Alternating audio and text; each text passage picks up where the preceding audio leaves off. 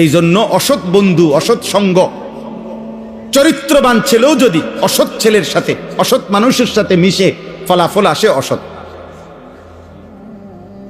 Minus আসে, plus আসে না।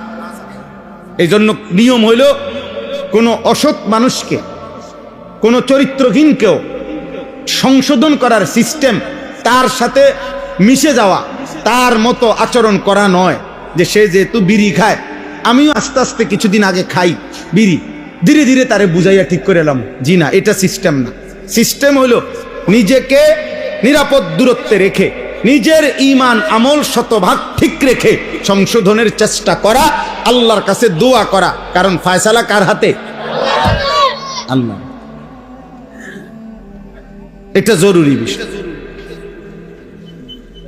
হ্যাঁ, আপনি হিন্দু মেয়ের সাথে প্রেম করতে করতে ধীরে ধীরে তারে মুসলমান বানাইবেন না, আপনার কাছে ইসলামে এত ঠেকা লাগছে না। এটা আপনাকে বলে নাই আল্লাহ, এটা আপনাকে রাসূলুল্লাহ সাল্লাল্লাহু আলাইহি সাল্লাম বলে নাই, এটা হারাম।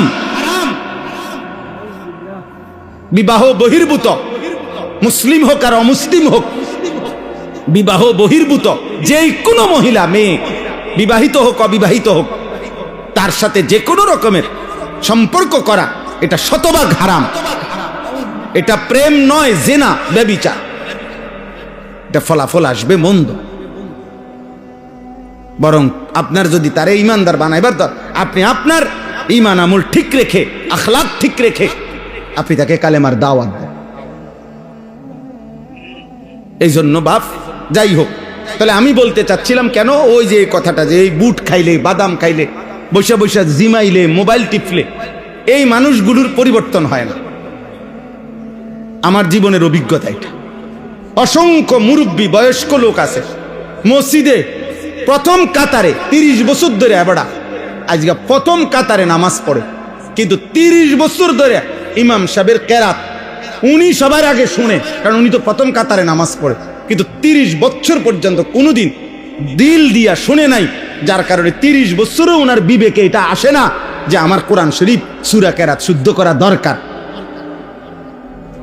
উনি ওই দাদা কইছে বানতাম দান, বানতে আসি ও দাদান, এ ও দাদানে বানতে আসি,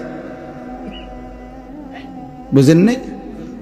উনি ওনার ওই অশুদ্ধ সূরা কেরাতেই নামাজ পড়ে। তাহলে আপনি শোনেন না ইমাম সাহেব কেমনে পড়ে? আপনি এটা আকলে ধরেন আপনার যে কিরে হুজুরে কেমনে পড়ে, আমি কেমনে পড়ি? তো হুজুরে বেহেশতে যাইতে হইলে শুদ্ধ কোরআন শরীফ পড়তে হবে, আর আপনি অশুদ্ধ কোরআন শরীফ পড়া মসজিদে টাকা 10,000 দিয়া আপনি বেহেশতে যাইবেন গা? বেহেশত আপনার আব্বার সম্পত্তি। হ্যাঁ, বেহেশত আপনার মামুর বাড়ি। আপনি 2 কাতার টাইলসের টিয়া দিয়া দিবেন আর বেহেশতে যাইবেন গা? বেহেশতের দাম কি? এই 4টা ফ্যান আর 1 কাতার টাইলসের টাকা, এত মামুলি হয়ে গেল। তাইলে আমি বেহেশতে যাইতে হইলে আমার জন্য, আমি হুজুর, আমি বেহেশতে যাইতে হইলে মহিলাও দেখা যাবে না, নাটকও দেখতে পারতাম না, সিনেমাও দেখতে পারতাম না, মানুষের বেডির লোকে কথাও কইতে পারতাম না, সুদও খাইতে পারবো না, কিস্তিও নিতে পারবো না, কোরআন শরীফও শুদ্ধ করতে হবে, 5 ওয়াক্ত নামাজও জামাতে পড়তে হবে, আর আপনি বিড়ি খাইতে খাইতে সাদো আনে গপ মারতে মারতে বেহেশতে যাইবেন গা? এটা কোন ইনসাফ হইল? না না, এটা ইনসাফ হয়েছে না তো বলেন মিয়া, আমরা খামখেয়ালি মনে করি। দোস্ত, বাপ, চাচা, ভাই, জওয়ান, পর্দার আড়ালের মা, বোন, আখেরাত কোনো মামুলি বিষয় নয়। আখেরাত, হাসরের মাঠ, এটা তামাশা না, তামাশা না, তামাশা না, মস্কারি না। এটা কোনো মেম্বার চেয়ারম্যানের মেল মিটিং না, এটা কোনো গ্রামের মেল মিটিং না, এটা হাসরের ময়দান। এই এখন শুনেন, এখানে শুনবেন, এক্ষুনি বলতেছি। আল্লাহ তাআলা হাসরের ময়দানের চিত্র, পাপী এবং নাফরমান, কাফের, বেঈমান, জাহান্নামী হাসরের ময়দানে আল্লাহর সামনে কি পেশ করবে, কি বলবে? জাহান্নাম থেকে বাঁচার জন্য, আগুন থেকে বাঁচার জন্য আল্লাহ এখানে বলছেন